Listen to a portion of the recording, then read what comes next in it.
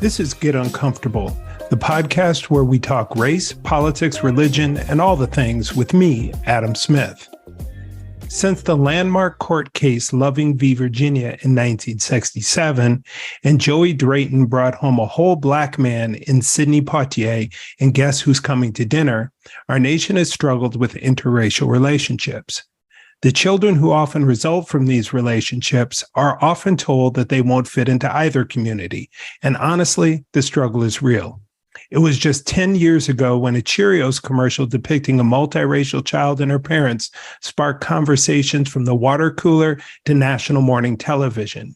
Now, you cannot turn on a streaming service without seeing multiracial children and their interracial parents. Today, I'm joined by some amazing friends, colleagues, and fellow folks with multiracial roots for an honest conversation about multiracial roots, Black family. I'm honored you chose to get uncomfortable with us today. Welcome. First thing I want to do is have each one of you take a moment to introduce yourself, tell us a little bit about your work and where you are in the world. Juliana, do you want to start? I'm from all over. I'm originally from New York, Brooklyn, New York to be exact, but also the Seattle area as well. I went to grad school in Oklahoma and now I'm here in Texas. Interpersonally, I'm a spoken word artist that needs to get back to the art. I guess that's me in a nutshell right now. Like Biggie said, big up to Brooklyn. Right? That's how we do it. Okay. LaNissa, good to see you. Can you introduce yourself, tell us a little bit about yourself, your work, your journey, whatever you feel comfortable. Sure. LaNissa Williams, and I am the Chief of Institutional Culture at Austin Peay State University in Clarksville, Tennessee. This is going into my fourth year. Actually, July 1st will be my fourth year at Austin Peay. I have lived in Indiana and Colorado, primarily because of jobs, but I grew up in Indiana, Southern Indiana, which is a very different experience. And I am very passionate about the work that I do in trying to make this world a better place, trying to make sure that everyone, trying as hard as I can to make sure that people feel like they're valued and they belong in any environment that I'm a part of. Been doing this work for about 20 years. Some days it's really frustrating because I was hoping that we would be further than we are. But it doesn't mean that I stop the fight. I continue doing what I feel is important and what I'm passionate about. I'm currently a PhD candidate at Johnson University, working on writing my dissertation at this point, and that's very frustrating, but I'm excited about being done. I'm ready to be done with that work. So that's just a little bit about me. Oh, all the positive vibes and prayers to that writing process. Leron, you want to take a second and introduce yourself? Tell us a little bit about you. Yeah, what is up, people? Adam, it's so good to be back on the podcast with you. I've been working with Adam for a little over a year now. It feels like a lifetime, but it feels 15 years. But we've been doing that, good work at the University of Kentucky. I'm working in advising right now. I'd say, the interest and perspective coming into this session, which, spoiler, if you read the title, you know what we're going to be talking about today. But I think, when I started working in higher ed, that's what really birthed this healthy journey of, my Black identity being multiracial. And so I've been doing the work on campus, serving students, supporting students, advising students, worked in Res Life for a little bit in the central Kentucky area. Spent a couple of years up in Miami or up in Ohio at Miami University, and then came back to Kentucky a couple of years ago. Really, I think my work has been centered similarly to kind of what you all both said. We in higher ed, we're not getting rich here, but we're doing the work because we have the opportunity to pour into others the way others have poured into us somewhere along the way. So that's definitely the motive. That's what keeps me going. those little stories that we get with the students and our clients. And so, yeah, I'm really excited to kind of dig in with our topic today. We were just talking off mic about the National Conference for Race and Ethnicity, NCORE, in higher ed, just concluded last week in New Orleans. Some of us are like literally still recovering.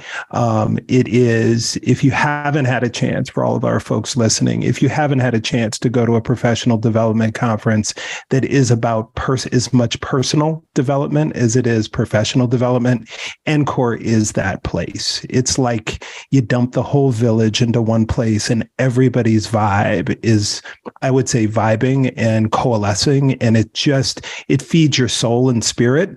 In many ways, it's exhausting. And so all of us are recovering. One of the sessions that I did at NCORE was 2 hours unpacking multiracial identity, multiracial Blackness, multiracialness, and the journey, the trauma, the discovery of that. The question, Juliana, that I have for you, and we'll give it to all of y'all, is what drew you to that session? And what was the most impactful part? What made you, among all the amazing sessions at NCORE, say, okay, I'm going to go explore this one? And what about the session was a good takeaway for you?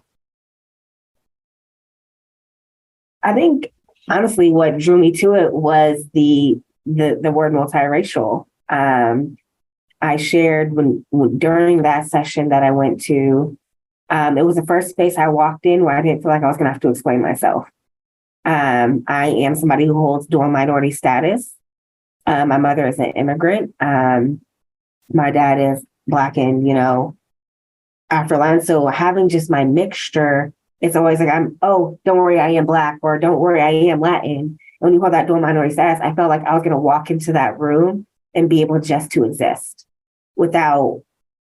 prior to the sessions I went to, I felt I'm not going to lie, there was a little bit of anxiety going in. Are they going to see me as how I know how I feel? And so that's what drew me to it, is I wanted to see other people's experiences, not only working in higher ed within that, but personally.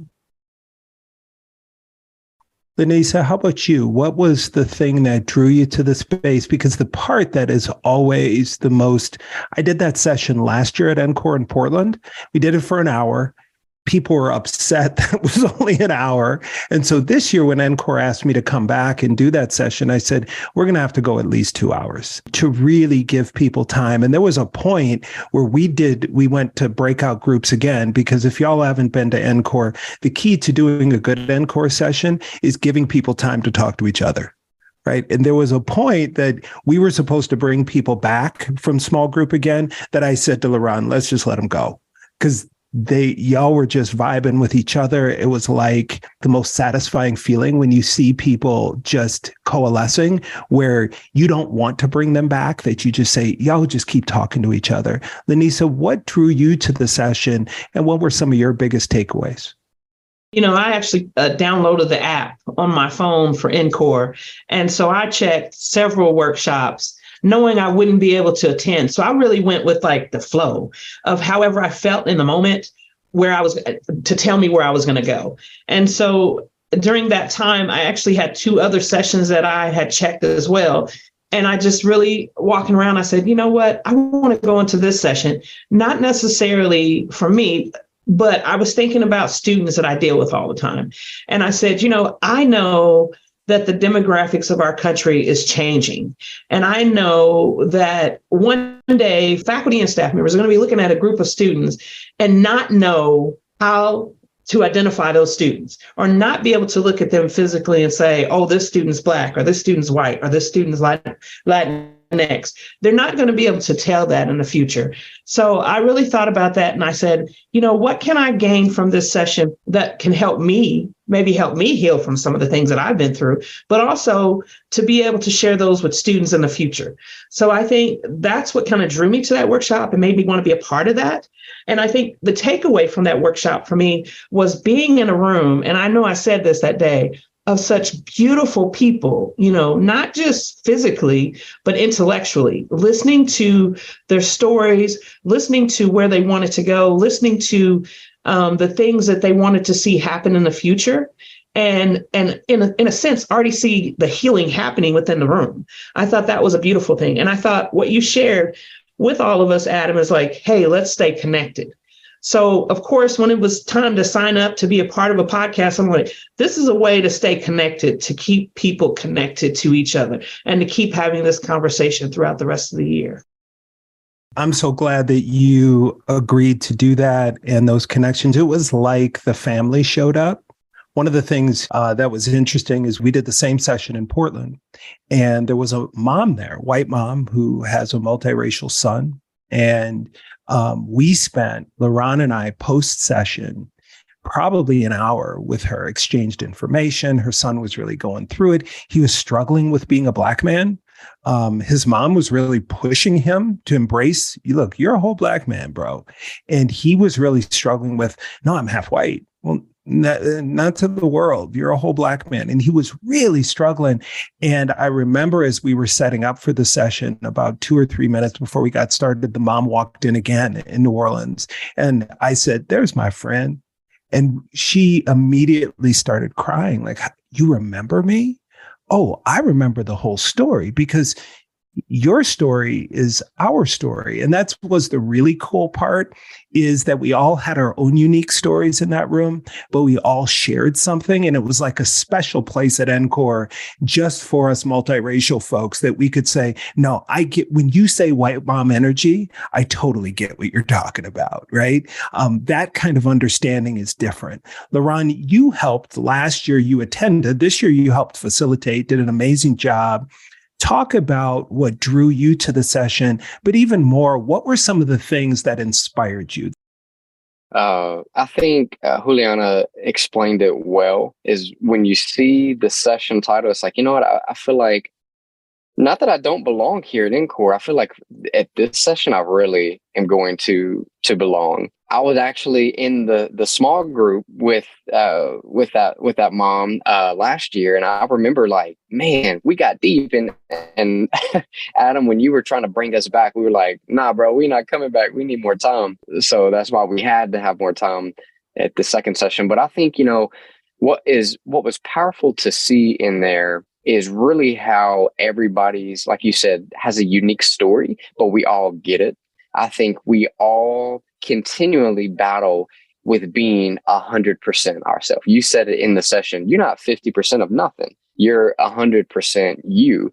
And I think all of us multiracial people have continual struggles with that, even in spaces. I've told the story, not to call anybody out, but last year at NCORE, it was after that session, I had an experience where there was a comment that was made that kind of belittled the fact of, they kind of questioned me of like, oh yeah, in the space, I have to remember I am biracial. I have a Black dad and a white mom.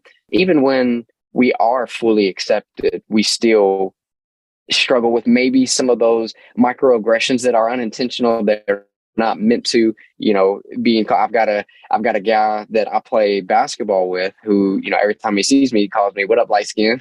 And he means it all in love, but he doesn't know what I've been through in my life and how that is triggering to an extent. But we just have to, focus on the love part and know the history of where that came from. So when I look at this year coming back and wanting to help you facilitate, it's because, man, it's so important to give life to people who identify that way and are still struggling. We're all grown adults, right? But we are still growing, and we need that. It's like you get up in that space, you knew you wanted it, but then you didn't know how good it was going to feel when you started talking to your people and how they just got it, and how you didn't expect to get emotional, but all of a sudden you get emotional talking about, all of these different things and your experiences. And so I think this seeing, like LaNissa said, the beautiful people and inside and out is what drew me. And hey, we gotta keep this running.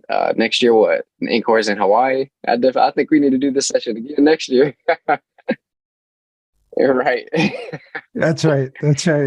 We're going to do a pre-conference, so we need to even be in Hawaii early.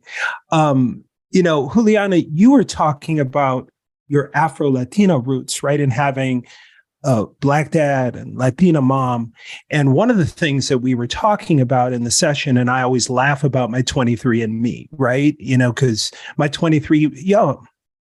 23andMe came back and I'm 55% European. But I don't get to have the light skin, and I got no privilege of being 55% European, right? But the interesting thing that we talked about in kind of my background in theology starts in this place that Jesus was 100% God and 100% human. He was 100% of both. He wasn't half and half.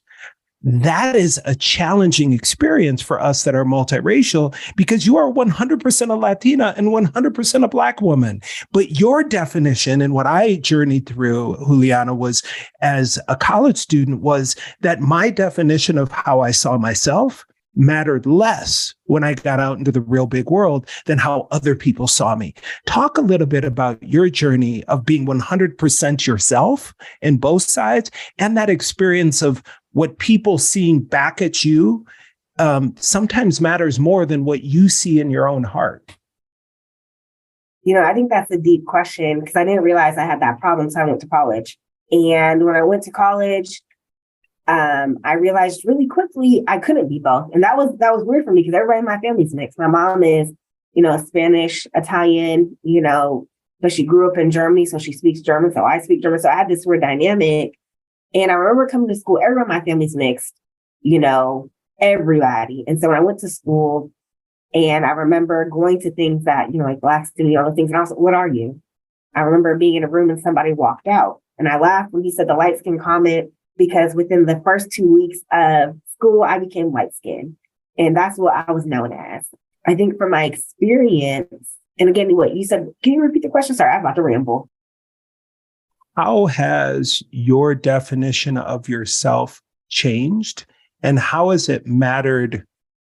I don't want to say more, because how we see ourselves is obviously more important. But the reality is our trauma and survival has to do with, much like your family. My family in the 80s was a whole bunch of multiracial, diverse people. And then you go out into the world and you become something different, right? How did that journey happen for you? And how did that reflection of being 100% yourself, how was that defined? I think at first I struggled. I felt like I had to break myself in half to be able to coexist in whatever world I was in. And I think now how it made me just solidify, as much as I struggled, because I found I had mixed friends, and my friends who were half white, they were more accepted by the Black community than me. I was labeled, the Puerto Rican one or whatnot. And so I think for me, it just solidified now in this present moment that I can be both. But I really struggled. I think there was a lot of times I tried to either break myself in half or ignore the other part. And that was hard. And so it was more so what I felt like what people projected on me is how I was going to be. And for that, there was at one point where I was, I'm going to hyperfixate on being a Black woman. And I hyperfixated on being Black, from everything from my hair to everything else. My name is Juliana. I started going by Nicole, which is my other first name. And, for my whole undergrad career, there was this turmoil of I just wanted to fit in. I remember I am a part of a sorority, and I remember, even when I, joined, I was like, dang, I'm gonna be the one they pointed out because I'm the light skinned one on the line, right? And so I remember I did everything just to be Black. And so I never, if people would ask me what I was Black. And so when I got to grad school, I became the president of BGSA. I remember I'm going back to saying my name with my Spanish, how my mom called me down the stairs when I was in trouble. And I didn't care how people saw me. And I said that, but that was a lie. And I think in every space, I was looking at how people saw me and how can I make them understand.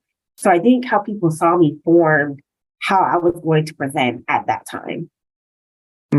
No, I completely get it. I mean, I went off to college at Drake University, and the first day of football practice, trucks driving by yelling, "Run, N-words, run." I mean, I had heard the N-word maybe once from somebody outside of my mother in my life, in my childhood. And I was hearing it every day. And the reality was that I was seeing was it mattered more what people saw. It wasn't like growing up, I wasn't me, but I wasn't Black Adam first. I was Adam who happened to be Black. And then having to walk through what we talk about almost like with Leron with our kids, right? That your son, my kids, they get to slowly add the weight to the bar of the trauma and stress of the racial realities of America because they got us, right? When you don't have that, it's like all of a sudden you're trying to bench 300 pounds and you get crushed under the weight of those realities. And people that aren't multiracial, when I share that with them, they'll say, what, you didn't know you was Black? Yeah, I knew I was Black. I just didn't know it mattered like that. And so then my response was really similar to yours. First, pissed off at the whole damn world. And then second off, I read everything and I became blackety black, right? Read every speech, every book, just did everything, right? To immerse myself in, if you're going to say this is who I am, I'm going to take the strongest, best, most active parts of what that looks like. LaNissa, talk a little bit about your personal journey, because you shared some really good things from a very positive lens of your childhood. You shared that with us in New Orleans. Talk about that journey with you and how you have grown in your definition of yourself. Sure. So if I shared with you all that, my parents started dating when they were in high school in the 60s. And so, of course, there were some challenges to that in the 60s, right? In Indiana, in the state where I think it wasn't until 1969 you could even get married, right? Have interracial marriages until 1969. So they started dating in the mid 60s. And I know that, I've heard this story over and over again about how my mother, who's African American, my father, who's white, had another couple where it was a Black man and a white woman that were dating. And so the Black guy would go pick up my mom and my dad would go pick up the white woman, and then they'd go on dates and actually switch because that was just what they had to do in order to go out on dates. And so what I shared with you all is that what I saw from my parents was a genuine love, because there was so much that could have made them not want to be together. And they still decided that they were going to be together and have, 3 children. The trauma, I think, actually occurred after having there were issues, right? But I think that love was so sincere and so genuine that they really didn't care about the world until they had children. And so when they had us, then there were all these other ugly things that would happen. My mom was a dark-skinned woman. So people would walk up to her frequently and say, well, whose house are you cleaning? Whose kids are you babysitting? Because my siblings and I were light-skinned. So there's no way we could possibly be her kids. I remember her telling a story when I was born, and that was back in the day when your baby's born and they put them in the glass, the glass behind the glass where they weren't in your room. And my mom said that she was standing there looking at me and women were walking up to her and saying, I'm so sorry you lost your baby. They just assumed because there was not a dark-skinned baby behind that glass that could be her baby. And she's like, what are you talking about? That's my baby right there. So those kind of things, I think having strong parental support from my parents, and my parents always saying how much they loved us, particularly, and I want to talk about this later too, particularly my father, white man, it was really like so much support and love, wanting to always affirm how wonderful we were, how much he loved us, and being very supportive of us. My mom, it was a little different from my mom, but I think the definition of being multiracial changed for me when I first heard the N-word from my white grandmother. And so I think I was like 6 and I heard that word and I was like, what does that word mean? Because I never heard that word from my parents before. And to have my mom explain what that hateful word meant and the fact that it came from my grandmother's mouth was just devastating to me. I was like, why would someone who is related to me use a word like that? So I started to realize, early on that even though you have family members who you feel like, for all intents and purposes, should love you and care for you, that they still saw you very differently, and so that was hard for me to get through that period of my life. And then as I grew, college was transformational for me too. And I'm like the rest of you, I wanted to learn everything thing there was to learn about being Black. And then one of the things that I consciously decided to do when I was in college, and I still do it to this day, is I don't let people use the word mixed around me. I said, I don't like that word. I say to people, I said, the only thing mixed is cake, paint, and drinks. And because I don't feel like people are mixed. I feel like we are made up of people that love us, and we're 100% who we are. So we're not mixed with anything. And mixed has all these different convocations to me about, being mixed or not being right or being a mutt or being. So I just don't like the word myself personally. I know other people still use the word. So I think as I've grown and I've had children, and I've had to, and with my children, allow them to be whoever they wanted to be and identify any way that they wanted to identify. I think that has transformed me into a person that maybe early on, not early on necessarily with my parental support, but early on felt like I kind of was a victim, right? That all these terrible things were happening to me and I didn't understand why, because of who I was, to being a person saying, no, this is who I am. I'm going to accept who I am 100%. And you are too. And if you don't, then I'm not going to waste my time being around you.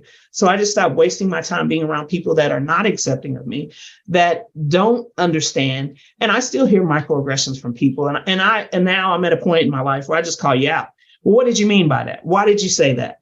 And do you realize that's offensive when you say that to people who may be biracial or multiracial? So I can't say I would have did that at 20, but now at my age, I'm going to call you out and ask you why you say that and why you do those kind of things. So I think I have been able to transform in being 100% authentically who I am and be okay with that. And that is a journey we all want to have, right? Where we can be 100% us, unabashedly, unapologetically us, right? I think one of the things that you brought up that's so good, and Leron, I want to get this with you, is this whole idea that people who aren't multiracial, I was talking to a friend of mine, and I was talking about my family, and I love my family, but he just seems to think because you have a white mom, your white mom can't be a racist. Well, that's not true. I mean, just because you had sex with somebody who's Black or Latino or Asian or had a bunch of kids by them doesn't absolve you from racism. In fact, it makes it easier to say, well, this is not only my Black friend, this is my Black son. I can't be a racist because I have. And it's this idea that because you have cousin Leron or brother Leron or son Leron or brother Adam or friend Adam, it's that Black friend, right, that absolves us from all the things. We talked a little bit about the Cheerios commercial that came out in 2013 and all of the outrage. I was going back on YouTube just looking at local TV news and the kind of things people were saying about the daughter and about the family. And then you had the other side, the liberals, who were talking about, oh, this is so great, so great. This is a picture of what America looks like. And now you can't turn on the TV and turn on streaming services without seeing this. And what scholars are saying, because that even though our country is becoming more and more multiracial, the reality is the people who are selling stuff for specific reasons. And the reality is they know that psychologically people feel good that they don't feel bad seeing the multiracial family. And that makes them go buy margarine or whatever it is, because the reality is the depiction is not reality, right? Leron, talk a little bit about your journey, because your journey is really unique and some of the challenges you faced being the Black friend, but how also your evolution as a Black man happened, because you may not have had those Black men around you consistently to help evolve that with you. Talk a little bit about your experiences, especially the ones I'm thinking at EKU. Yeah, for sure. I think when I was younger, and I've got nothing. I had a wonderful white mom. I got nothing but love. And when I talk about my experience when I was younger, I think in a lot of people, we went through a phase as America where we thought being colorblind was being anti-racist. And what we didn't understand, and what a lot of people I think came from pure intentions of, it's not, you're not black or white, you're Leron. And it's about how you act and how you treat people in love. And I think there's a lot of value and validity to focus on being loved and focusing on that. But also what it did is I went through middle school, high school, not able to process the racism that I experienced. And then I got to my undergrad, a small faith-based liberal arts institution in, the Lexington area in Kentucky. And again, there wasn't a whole lot of people of color on campus.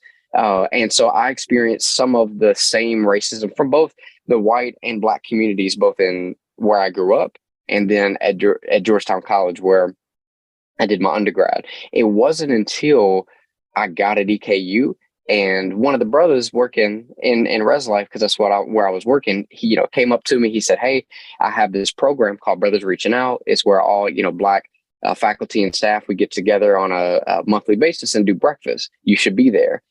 And it kind of took me, and I was like, "Are you like?" I didn't say this, but I was kind of thinking like, "Are you sure you want me there?" Because my whole life I've been painted as like, well, you only halfway count, or you're not real black. When I was growing up, some of my white friends, and I was safe to them because they're like, "Oh, well, Ron, you're black, but you're not like really black." And then in the black community, it's like, "Hey, I don't know how much I'm gonna let you get away with. You got a white mama." So like, and it just that kind of growing up with that conflict of identity, that's tough. And it made me suppress racial identity because I was angry in the sense of like, why did everybody care so much about race? Like, I'm Leron. Like, don't try to put me in any kind of a box. But it was in an unhealthy way, right? Like I, unfortunately, and this is why it's so interesting in how multiracial people are even more complex than people even know. Like Juliana, you said being dual minority, race, and that like, and then I was in this other session that was on multiracial, and it was not multiracial people, but it was like Latin folks that were white passing and like their own struggle and how they deal with it. So like the complexities that we run into, we have to be there to kind of support each other and to say like, "Hey, okay, this is what going down. You get to choose." Like being black is very personal to you. Something that was in that session is thinking about, we always think, or at least I do, think about race from a negative connotation. When I think back to my earliest memories, it's about racism and how it negatively impacted. I don't think much about like how I was positively impacted by my race and my culture. And so the session challenged me to think about like, well, what are the experiences that were both internally and externally implied from a positive standpoint. And so when I got to EKU and from then on, it was really, I had these real black men embrace me and I didn't know what to do with that. And so I think from that point on, I started to almost have permission from the black community to embrace who I was as a black man. And even though my journey is different, than two parents, someone who had two black parents, I was still, like you say, Adam, a whole black man. And, it's been a journey. And when you and I first met, like there's been some conversations that we had that I still wrestle with it and struggle with it. But it's so important. And I think that that's what I will do differently with my son. It's like, hey, you need to learn about like it's great to be black. It's great to be, who you are in these different races. You just got to embrace it and acknowledge the negative lens that America is going to show you, but then embrace the positive lens as well.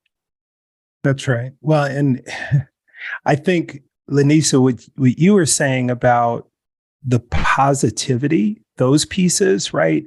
I was sitting at Grant Park in 2008, the night that Senator Obama won the presidential nomination in Chicago. And the scene was crazy, right? If you saw it on TV or you were there, it was crazy. It was warm for November. So it's on the lake. I mean, it's on Lake Michigan. So it's supposed to be freezing in Chicago. The weather, it had to be like high 50s. It's beautiful. The people were, diverse, this crazy mix of people. The vibe was great.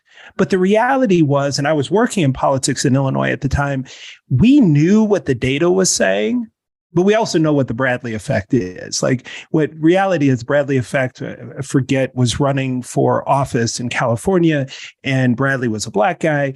And the reality was the polls said he was going to win by 12, 15 points. But when white folks get in the booth, they have a hard time voting for somebody black, right? And so all of us knew what the polls were saying with Barack versus McCain. And we knew he was up by 10, 12 points. We were like, there's no way they're going to let a brother win this thing. Right. And younger people believed, but us in our 30s, 40s at the time, we're like, they ain't gonna give us nothing. It's not gonna work. There's no way the good guy with the good family who's married to a real sister from the South Side is gonna win this thing. And I remember when the announcement came on, and Wolf Blitzer says, we can predict that Barack Obama is going to be the next president of the United States. I still get goosebumps. I went to both inaugurations. That night, outside of my marriage and my grandkids and my kids, the greatest night of my life. I started sobbing. You know, when you get a whooping and you'd cry so much that you couldn't catch your breath? That cry, I was crying like that as a whole grown-ass man, y'all. I mean, just sobbing like that. It wasn't about Barack. It was about all the other brothers. Right. And I'm sobbing. My mom calls me and I can barely talk. And my daughters call me and I can barely talk. And I'm looking around and the Black women and other women of color are jumping around and they're crying too, but they're not crying in the same way. Then before I know it, there's a group of other Black men and we're all hugging each other, crying the same way. Like that same just guttural, like let the weight off cry, right? And then all of a sudden these young white guys jump on us and say, we love y'all's energy. But it was that night that helped me realize that opportunities were real, where the brother could win. The brother who was raised by his immigrant grandmother, like I was, right? The brother who was a good guy and did all the right things could win. And it was really the hope that we could have. And despite 45 and the crazy we're in now, I still wouldn't trade that day. And Leron, you're in my conversations. I still remember one of our first where you said, talk to me about being biracial and all of this. I said, you're bi nothing. You a straight Black man.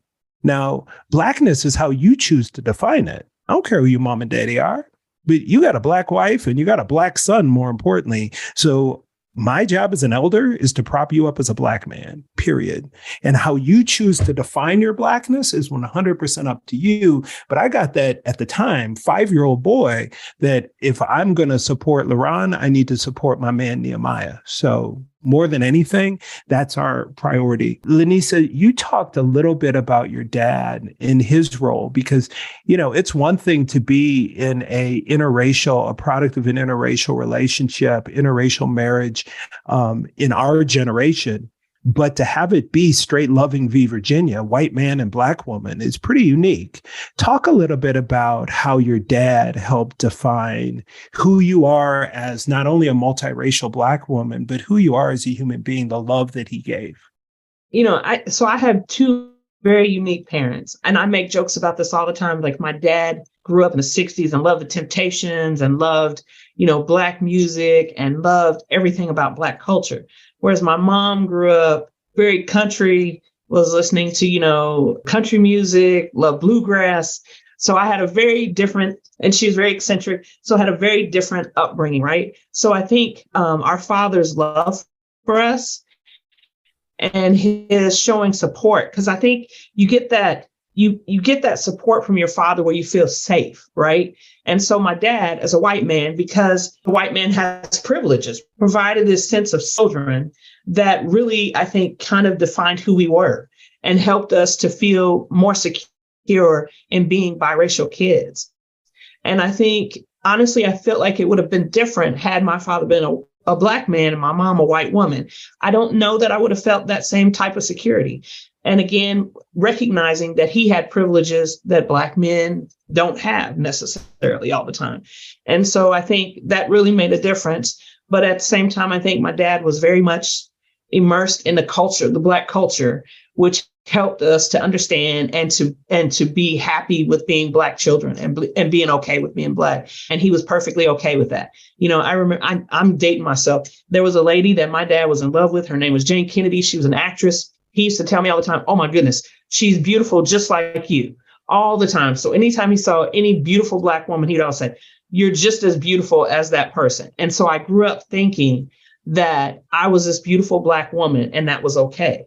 And he did the same thing with my brother. He would say, you're handsome, just like whoever, And so my brother felt that same kind of confidence. And I think, again, it's having a parent who's white, who recognizes he has privileges because he is white, and providing that stability and that safety for you that you feel like you should get from your father.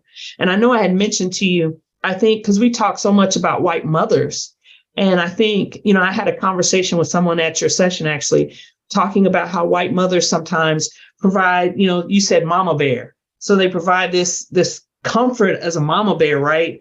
But may not necessarily provide the ability for you to help you with your identity.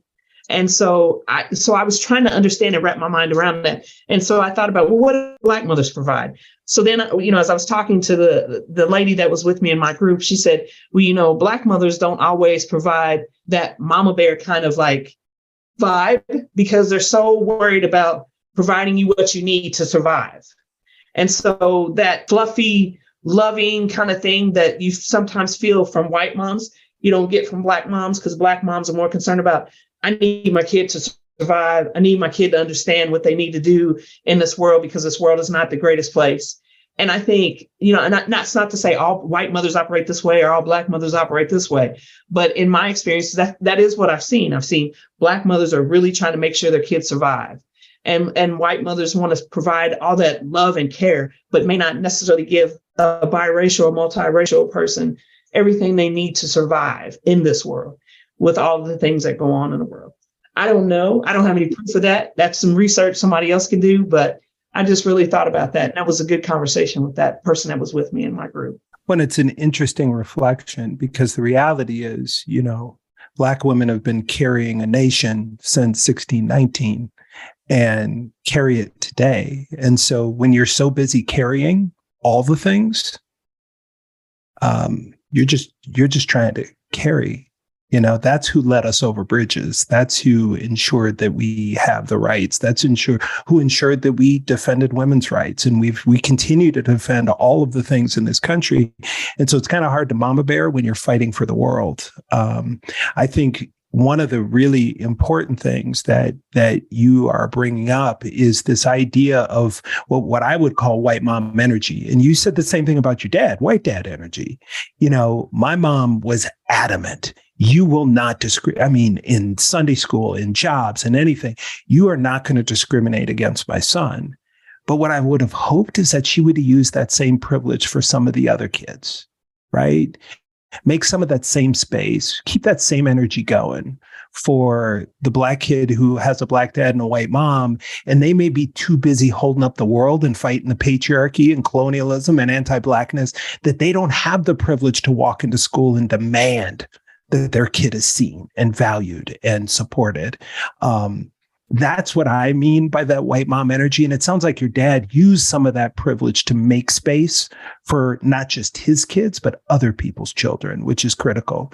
Juliana, you talked a lot about, these identities and these struggles and your Latin identity and your Black identity. Talk a little bit about, you talked about your journey. Are there people that were in your life growing up, sometimes even family members that you maybe have to love from a distance because you've chosen to see yourself and embrace who you are the way you are? And some of that has helped you realize who they are.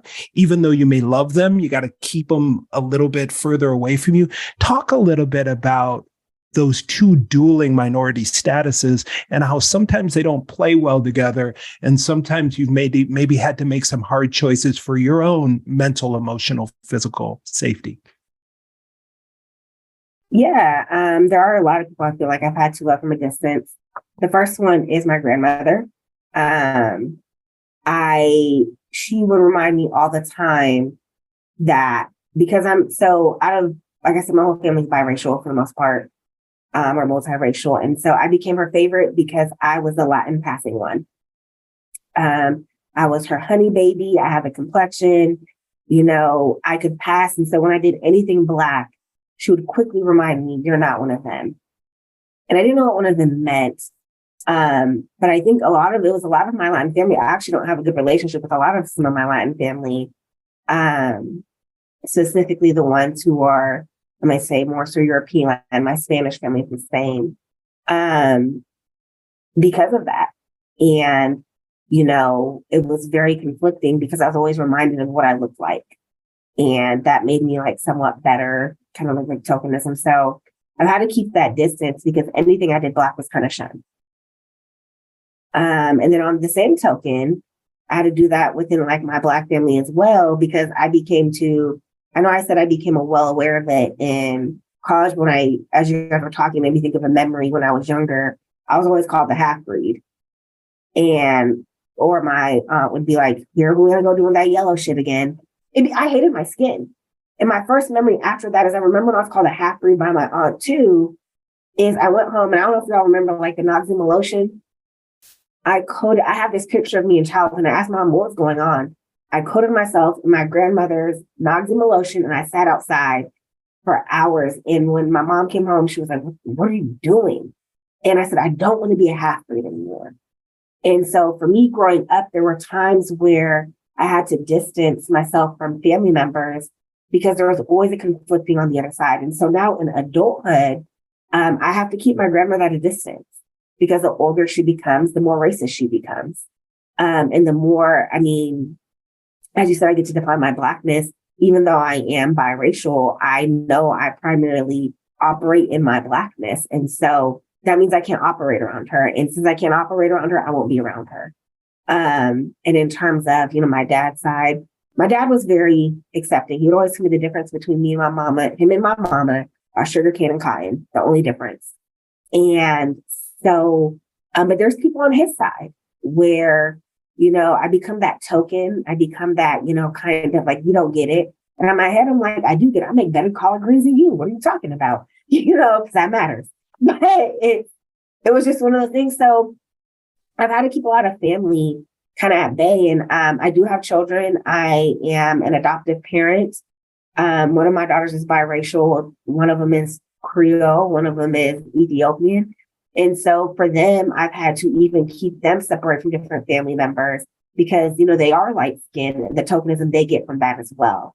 And so I think along the way, I've had to keep my grandmother, a lot of aunts, just kind of at a distance, because when I would be around them, I started to hate myself, or I started to dissect myself to fit what they needed. Like I said, I'm going to be Black, or I'm going to be tierra. So what do you want? And, I've had to kind of separate that. And I think sometimes, I'm going to be honest, I still struggle with that because when I came to Texas A&M, it's probably the most Latin I've ever felt in my life, and not by choice. They saw my name. I remember coming here, and there's a professor a faculty member who I love, that every time this is Juliana, she's Latin. Bruh, they see me, they hear my name. I'm sure they're assuming you don't have to do an announcement. But then I got offended because you're denying my Blackness. And everything in my office, if you can see my office, is, Black decorated. And there was just a couple of things here that I had to keep people at bay. I had a higher person here who, they're like, well, we don't have a Black person in the counseling center. And I was like, sitting right there in the room, like, hold up, do you not see everything? And not that you have to be, a Black person to be in my sorority or these things, but I'm like, where do you not see my Blackness? And they changed it. Well, who looks more Black? How do I not look like Black? When you mentioned the light skin statement, that statement came from my best friend who was full Black, who's just as light as me. And so, I feel like there's times within my career, I've had to keep people at bay, but before I keep them at bay, I always educate them first of the statements that they're saying. Yeah. Well, because there's Afro-Latinos are a whole real thing. If you've ever been to the Dominican Republic, the slave ships stopped in certain places first before it, right? And so those things are all of our realities. And I think as you're talking, when you said something about your grandmother, I don't know if she gets my guess because some of my family, I don't think they get more racist when they get older. I think they become more unabashed. They just don't give a dang, or the filter goes away. So it was always there. Now I just don't care, or I don't have as much of my faculties to suppress my racist ideas. So I just say them, right?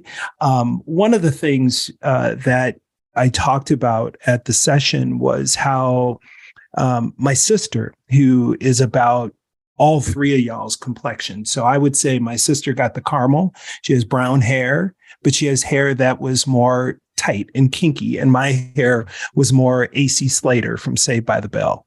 That's kind of a reference. I have no hair now, but it used to be like that. And for school pictures, my mom took my sister to the beauty shop. And she didn't take her to the white beauty shop. She took, because white mom energy, if you're going to have some brown kids, sit down with some black women and learn about hair, right? Just take some time to learn about skin, learn about lotion, learn about all the things that you have to do to care for black people, which is different than white people. White people wash their hair every day, right? Not a big deal. Can't do that when you're black, right?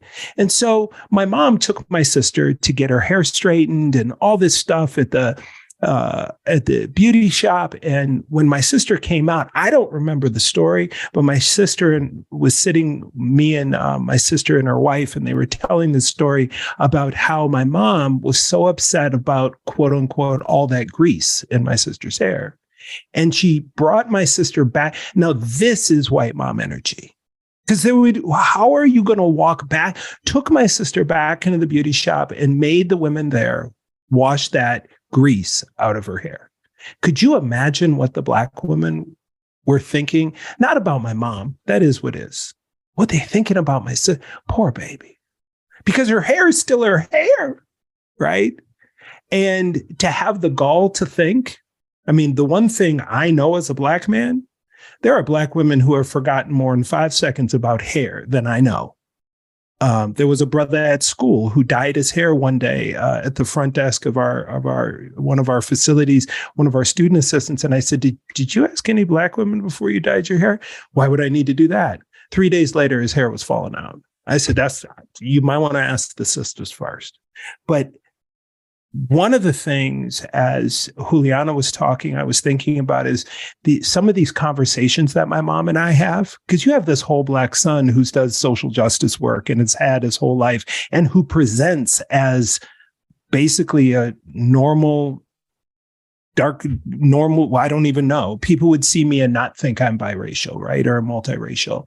And so I've had this journey that my mom gets to see. And one day I told her, if you say things like that, I can't trust you with my heart. I can't trust you with my heart. And because you're my mom, anybody else says crazy stuff to me, my heart isn't involved. But when my mom says stuff about Kaepernick or says things that are like that, you're my whole mother. I got to be able to come to you like this. And when you do that, and so helping educate her has been one of the biggest gifts of my life. It's been hard. Leron, I'm going to kind of let you close us out. And I wanted you to quickly talk about how, because you talked about this journey and how you and I talked at one point about how you thought growing up that the Black community didn't accept you back in your small town. I think the Black community maybe didn't accept, imagine what the beauty parlor was saying about my mom. They wouldn't have accepted me either, because they would have been like, oh, that's the dude whose mom cussed out the ladies at the beauty shop, right? But then you go off into the world and the Black community that doesn't know you and doesn't know your familiar things accept you. So talk a little bit about how you feel embracing your definition of Blackness. And some people see that are multiracial that denies their white family, that denies who their mother is or their dad is or the people they love. Talk about how you've wrestled with that and how you feel about that. Yeah, it's a really hard question to address because it's confusing, right? I think that for those of us who have a white parent,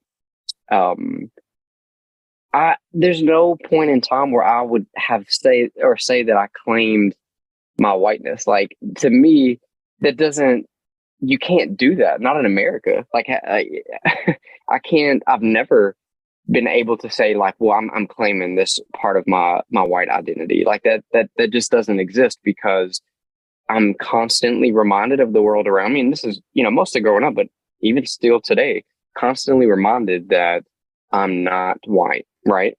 And all of the white privilege or these, like, that doesn't happen for people who, unless you are white passing. But that's not even multiracial. That's just, there's different races that can be white passing. So I think for me, when I look back, and from this session of like this idea of how have you looked at race through a negative lens and how have you looked at it from a positive lens, when I look back and I think about the culture, and this was something that I struggled with when people wouldn't accept me. I would always like, and I would never say this out loud, but I would be like, how black do you need me to be? I'm married to a black woman. I love black music. I eat all of these things in my life that represent I'm a black man.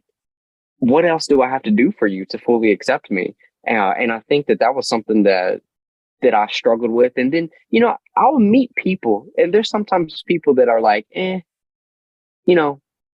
you get it some, but you only like, still to this day, I'll meet some, and, having conversations with some of my white family, I think when I went through this kick, like you all talked about, right? Like, if I'm gonna be black, I need to know my stuff. I need to be able to talk to my family. I need to explain to them like what white privilege means and what it is. And, where I'm from, they like what, and especially not growing up, wealthy, like growing up around white people who were poor too. It's like, what do you think? They always had like, what do you mean white privilege? I don't see no white privilege. But in trying to explain that, it did feel like for some of my white families, like, well, you're half white.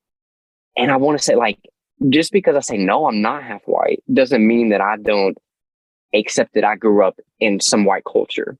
Right. And I think that that's the hardest piece for me to wrap my head around. Like, a good example, and it just makes me laugh. I look at when I go home to Jamie's family for Thanksgiving, they know how to, they be throwing down. And I remember it was a couple years after we had been married, and I come back to my house and we go home and there's no gravy. And I'm like, yo, how are we making this dinner? We got no gravy. My wife, she always laughs that she's like, y'all's dessert table is like 2 things. Like, we got a whole dessert table that's just as long as, so I think that and I'm rambling a little bit, but I think it's difficult.